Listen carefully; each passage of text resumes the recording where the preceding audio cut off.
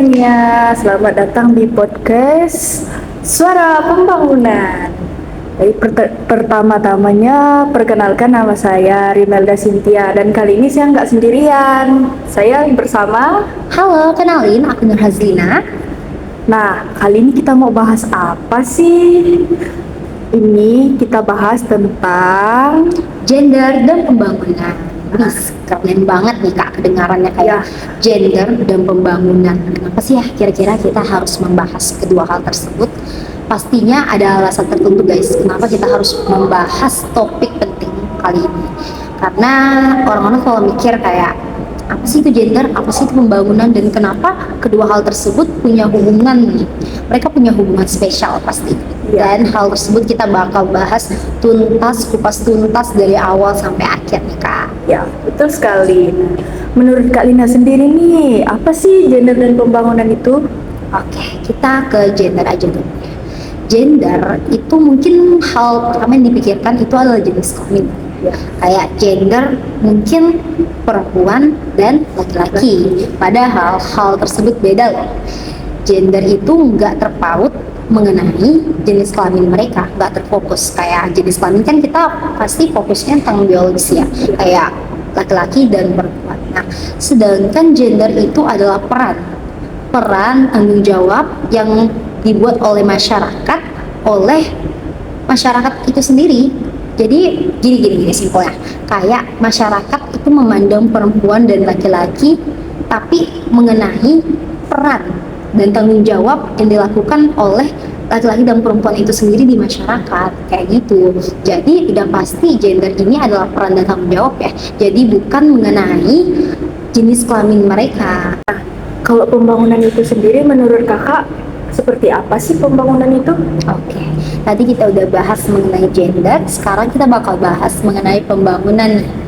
Kira-kira Kak Sindia boleh gak ngasih satu aja nih headline untuk pembangunan itu sendiri? Satu kata ya Kak. Menurut saya itu pembangunan itu adalah infrastruktur. Oke, infrastruktur ya. Benar banget. Tapi di sini kita nggak bahas mengenai infrastruktur aja nih Kak, karena pembangunan itu dalam artian itu di sini adalah untuk meningkatkan kesejahteraan masyarakat. Nah, terus apa sih hubungan antara gender dan pembangunan itu sendiri Kak? Kira-kiranya seperti apa gitu menurut pandangan kakak sendiri? Oke, tadi kita udah tahu ya jelas bahwa apa sih itu gender, apa sih itu pembangunan, dan keduanya itu punya hubungan. Nah, hubungan yang dimaksud ini, yang namanya pembangunan itu kita bukan tidak harus, lebih seperti kita tidak boleh melupakan yang namanya peran gender. Jadi setiap apapun itu pembangunan yang dilakukan itu harus selalu untuk melibatkan yang namanya gender. Contoh aja nih, kita coba deh bayangin sekiranya susunan politik yang ada di Indonesia itu hanya terfokus pada didominasi oleh peran laki-laki tanpa adanya peran dari perempuan. Dan hal tersebut itu bakal akan ada ketimpangan dong antara dominasi laki-laki tanpa adanya peran perempuan di dalam susunan politik, dan itu bakal banyak banget ketimpangan. Bukan banyak banget, ini lebih ke peran-peran yang ada di susunan politik tersebut itu pastinya bakal terganggu dong, karena kita tidak melibatkan peran perempuan yang ada di susunan politik tersebut.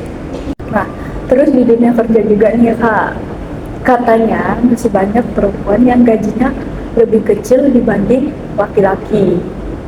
Padahal kan kerjanya sama. Terus menurut kakak nih, pandangan kakak pribadi, apa sih tanggapan kakak mengenai hal tersebut? Kalau tanggapan ya dari apa yang telah Kak Sintia jelasin tadi, kita beri contoh aja, simpelnya kayak gini.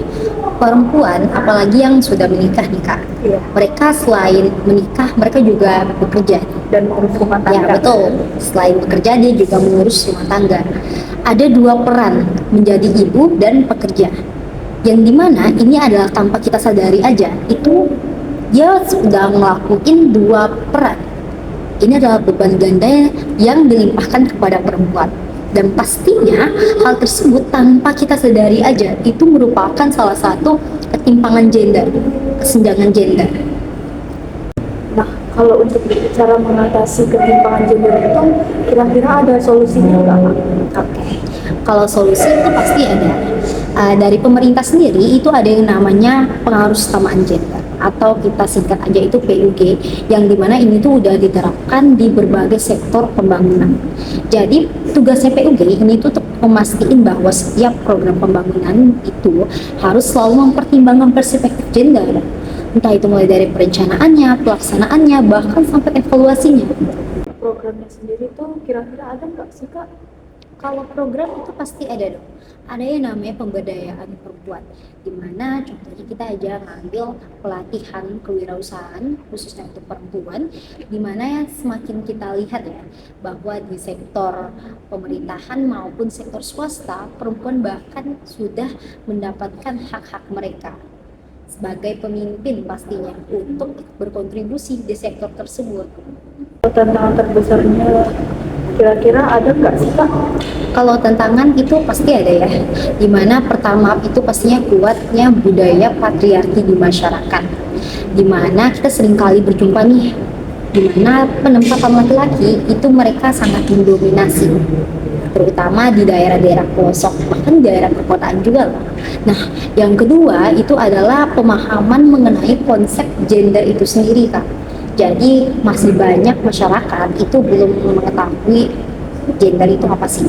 Ini nih yang bikin jadi tantangan paling terbesar saat ini. Nah, jadi kalau soal perubahan pola pikir dan budaya masyarakat itu sangat berpengaruh ya, Kak? Berpengaruh atau enggaknya itu sudah pasti berpengaruh. Mengapa? Karena perubahan budaya itu pastinya termakan oleh waktu. Dan pastinya selama waktu yang ada itu kita perlu yang namanya peran siapa aja sih, peran masyarakat pastinya untuk mengadakan yang namanya perubahan, karena kita nggak boleh hanya stuck pada satu titik tertentu tanpa harus memikirkan apa sih itu kesetaraan gender. Jadi ya sebagai masyarakat, apalagi kita ya generasi muda Gen Z nih saat ini nih, kita nih perlu banget yang namanya pergerakan. Kita kan mahasiswa ya, disebutnya sebagai agent of change, agen perubahan. Keren ya, Keren banget ya, Kak. Nah, kita sendiri itu adalah medianya, media untuk menyebarkan kepada masyarakat itu sendiri mengenai bahwa apa sih itu kesetaraan gender dan mengapa sih gender dan pembangunan itu selalu disangkut pautin, padahal kedua hal tersebut berbeda ya. Kalau kata orang kayak gitu, Katanya sih sangat beda ya. betul, orang-orang mikirnya kayak gender itu apa, pembangunan itu apa, padahal kedua hal tersebut tuh punya hubungan yang ternyata tidak kita sangka ya bahwa mereka punya hubungan tersendiri. Dan pastinya diharapkan untuk masyarakat itu paham mengenai konsep gender dan pembangunan. Tapi yang perlu kita concern di sini adalah mengenai kesetaraan gender. Jadi peran gender itu selalu dibutuhkan di dalam pembangunan, dan pembangunan tanpa melibatkan yang namanya gender itu nggak bakal berjalan. Lebih tepatnya itu nggak bakal ini ya, pastinya bakal ada ketimpangan tanpa adanya peran gender. Oke, pembahasan kita sangat keren banget ya, Kak. Betul banget. Jadi kesimpulannya, gender dan pembangunan itu sangat berkaitan. Betul. Kenapa sangat berkaitan? Seperti sudah disebutkan sebelumnya, bahwa yang namanya pembangunan itu nggak akan jauh dari yang namanya gender, kesetaraan gender khususnya. Karena selama pembangunan itu dibangun tanpa melibatkan kesetaraan gender, itu nggak bakal adil dan merata pastinya.